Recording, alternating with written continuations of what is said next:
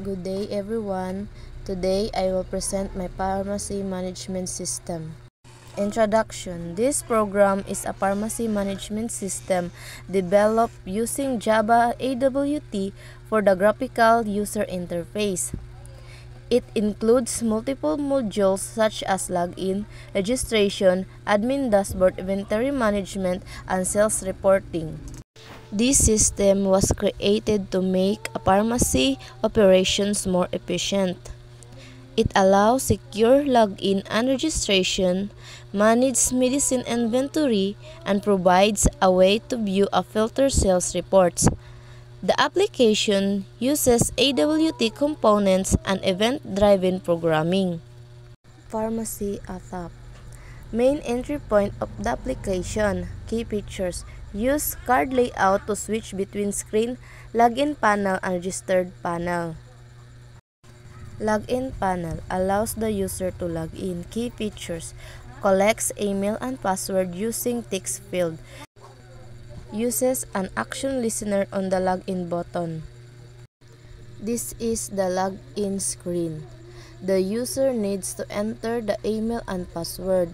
If the credentials are correct, the system opens the admin dashboard.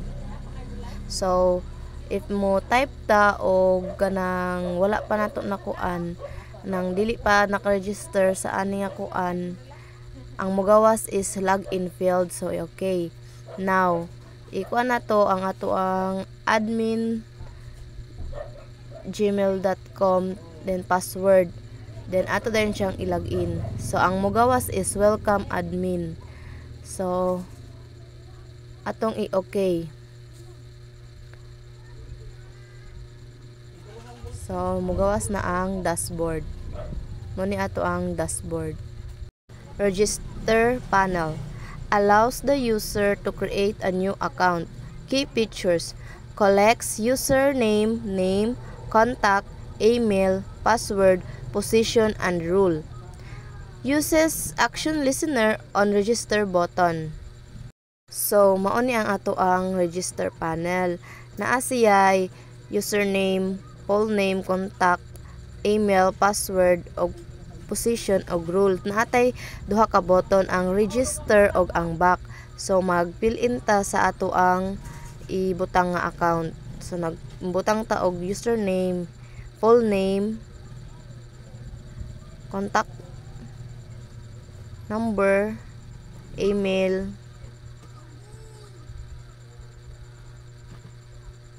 password, position as admin, then register. So, nigawas na ang registration successful. So, i-okay na to siya. Diri na to makita tong ato ang action listener nga mobalik ta sa login. So, now, admin dashboard panel. Main control panel. After login, this is the admin dashboard. It contains navigation button from different module like dashboard, manage medicine, manage supplier, manage employee, sales report, manage user, purchase history, and manage customer and log out. It also shows a quick overview of the pharmacy operation. Inventory frame panel. Manage medicine, add medicine, key feature, simple table or list of medicine. This is the Manage Medicine module. You can view the list of medicine and their quantities. You can also add new medicine through a dialog box. It helps for tracking stock efficiency. So now, ato ang tuplokon ang karon tuplokon nato ang manage medicine. So, mo ni atong manage medicine natin, paracetamol og amoxicillin. So, karon mag-add ta og medicine. Add medicine. So, makita nato diri ang ato ang isa ka box nga mabutang atong add medicine. So, nag-add ta og mefenamic. Then, iyahang quantity is 20. Then, save. So, nakita na nato ang ato ang gi-add nga medicine. So, naman tayo duha ka button na may add medicine og naay back. So, sales report frame. Display sales report data, key feature. Placeholder for future sales analytics. This is the sales report module. It's display all sales transaction and allow filtering by all, today, or this month. These features helps the admin track sales trends and manage report easily. So mao ni ang ato ang sales report. Diri na to makita ang atong mga sales report. Na diri ang kadtong akong ingon nga all, today, og this month. So na-apply og back. Na ito ang gibutang ang today. So mao na ang nakita sa ato ang sales report. Then mao ni iyang filter. All, day, og this month. Diha na to makita. Then tuplok na to ang today, tas apply. O then makita din na to ang ato ang sales report today. So mao ni ang ato ang code sa ato ang sales report frame. So mao ni ang mga component sa ato ang sales report frame. Makita nato diri ang list report. List mao ni ang listahan nga mo display sa sales report. Pizza, produkto, quality ug presyo. Then ang choice filter choice mao ni ang drop down choice nga magpili kung all, today, or this month ang filter.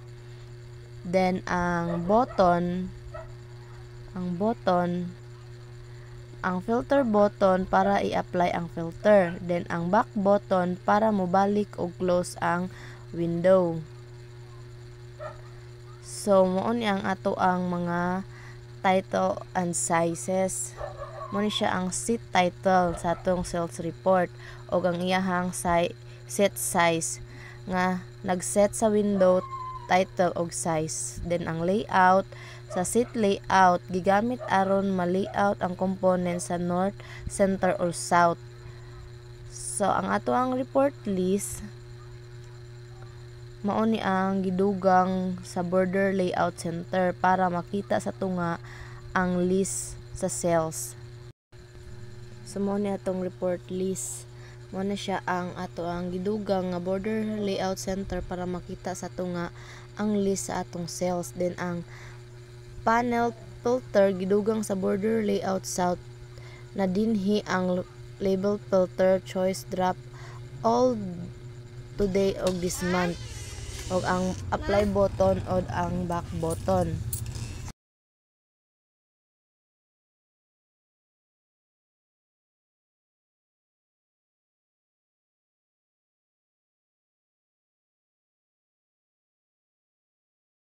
So diri na ta sa handling event. So ang filter button kung i-click basahon ang select item sa filter choice. I-clear ang list sa report list, remove all. Kung all, ipakita tanan cells. Kung today, ipakita lang ang cells nga current date. Kung this month, ipakita tanang cells sa bulan. Back button. Ang back button, kung i-click nimo, i-dispose para i-close ang frame. Then ang window closing event, kung i-click ang X, mo dispose siya, gihapon siya or mawala na siya. Kini ang class inventory. Mao ang module para sa manage medicine sa imong pharmacy management. So, mao ni ang lugar nga pwede ka magtan-aw og magdugang og tambal sa inventory. Sa mga content ani mo ni ang list medicine list. Mao ni ang listahan sa tanang tambal og ilang quantity. Example, paracetamol quantity 100. So ang isa mo ni ang button. Ang add button mag-add og medicine. Ang back button para mo back or i-close ang window. Then mo na siya dayon ang ato ang mga title size sa set title ang manage medicine. Din ang set size is 500 and 400. Then sa ato ang layout manager, set layout, new border layout para ma-arrange ang component. Then ang medicine list naa sa center sa window aron makita ang current list sa tambal. Mo ni siya ang ato ang medicine list. Then ang ato ang panel button naa sa south para sa button sa ikaduha nga button mo na ang add medicine ug back ang button panel. Then now event handling na ta sa add button. Add button. Kung i-click mutawag sa add kung i-click mutawag sa show add dialog nga method. Dialog box mugawas para makasulod og medicine name or quantity. Then kung i-save og mapuno na ang duha ka field idugang sa medicine list. Then ang back button i-close ang frame gamit ang dispose. Then ang window closing event kung i-click ang X i-close gihapon